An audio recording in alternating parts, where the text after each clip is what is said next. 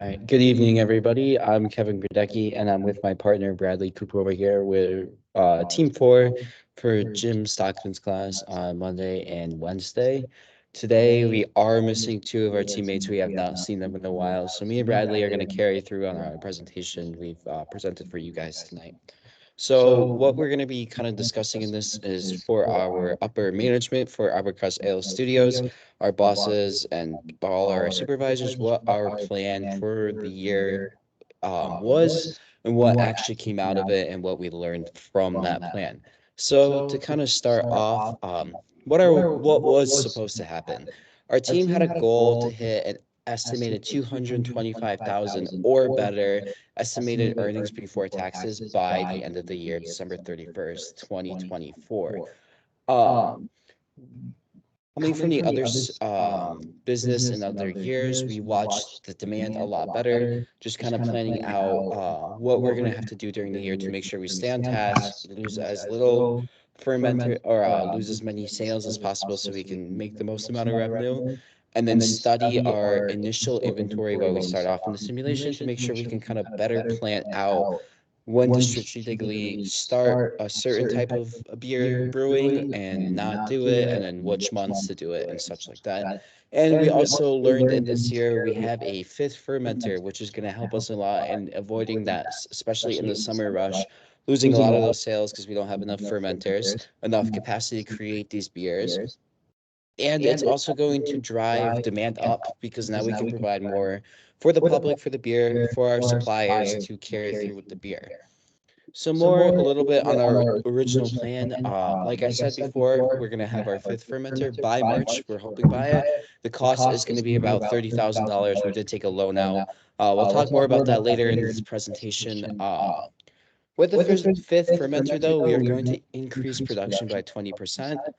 Um, by having this extra production, like I said before, more beer, more money, cost of beer or cost to produce the beer for us is going to go down, and we're going to be able to more efficiently produce it and just kind of expect bumps in the market. Or if one of our fermenters were to go down for maintenance or other issues, we can still keep up.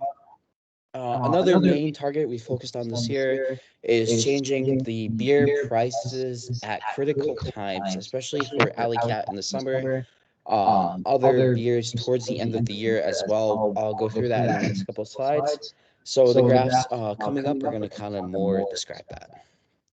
So this is some of our fermenter data. You can see once we added the fifth fermenter in March, April, our production almost went up 3,000 monthly units. So making that going to be about 88.57 units per day. So that's going to up our capacity a lot, give us the ability to make more beer, sell more beer, and cheaper for us. Um, this is also going to make sure we eliminate lost sales because the beer is always going to be there and be ready, and it's going to kind of help us expect that 14-day production time. So getting into it, Taj Mahal performance, this is what we kind of planned out, kind of made sure that we tried to follow while we were planning for the year. So the cost to produce Taj Mahal is about $10.43, give or take, depending on material costs.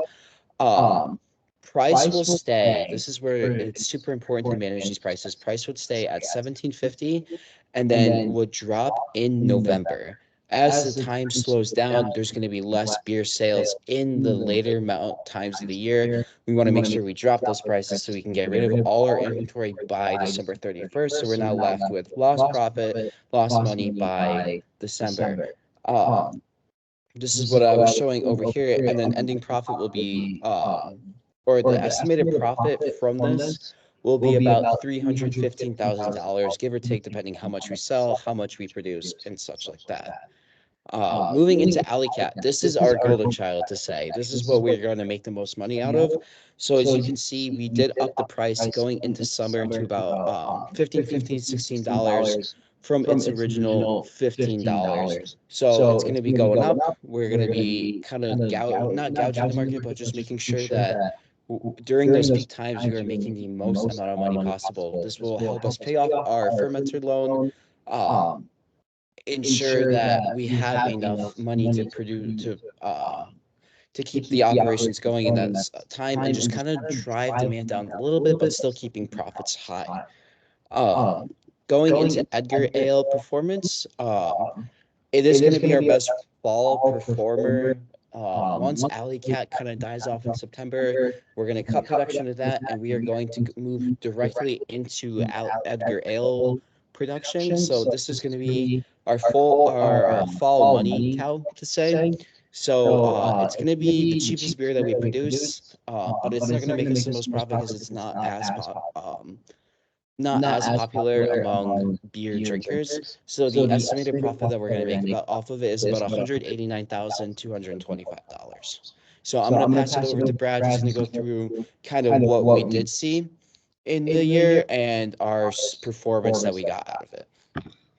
Hello, everyone. I'm Brad, and I will be explaining what actually happened compared to what was predicted would happen. So, in terms of quantity, Alley Cat was by far the biggest, as you can see from the pie chart here. It took up almost 50% of the entire pie. This was because it was very high in demand in the warmer months, April to August. And Edgar down here was the second biggest, but not by much, only 28%. This was higher in the more, cooler months. And then Taj Mahal was in last place. This chart is months compared to the total quantities. If you see, we have an interesting series of events here with Alley Cat. Lower demand the cooler months, and then high demand in the higher months. And then the other two were very consistent. As you can see, green here is Taj, and red is Edgar. So the total increase of beer in the months of April to about July, August is when it starts going down, is due to the demand change of Alley Cat. The other ones had very little effect on this because they were very consistent throughout the entirety of the year, but Alley Cat went up and down, as you saw in the last slide. So now I'm going to talk about what went wrong for us. So during the year, we did try and experiment with pricing a little bit more, just dropping all of the beer prices in December to try and clear them out by the end of the year so we can start fresh in January. That does not work. We were around 166,000 at the end of the year, which is far too short of our goal of 225,000. We also didn't really plan for the 14-day production time of the actual beer. So there was times where the fermenters were not running because we were like, oh, we have enough stock. We didn't want to waste money in producing more beer. But in reality, at the end, that did not help us because we were low on stock many times in the year. We were just too high of a price, especially sometimes for the amount of beer that we had. So there is not much demand for it.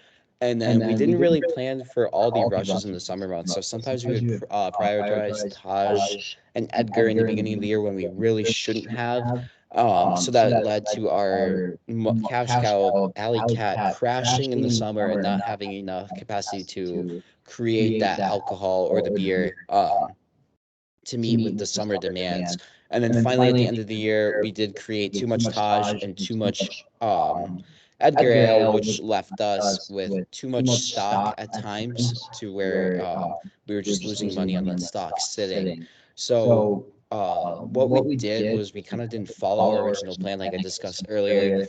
So going forward into the next year, we have to follow that plan line by line because it proved to us that we can make $225,000 at least on that, or above 200,000. So we're going to try and follow a plan like that for our next year.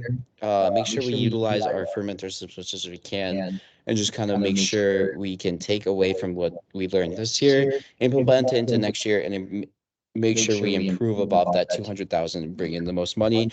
And we also did not learn to pay off our loan as much. So at the end of the year, that $30,000 got instantly deducted and we lost a ton of money on that fermenter.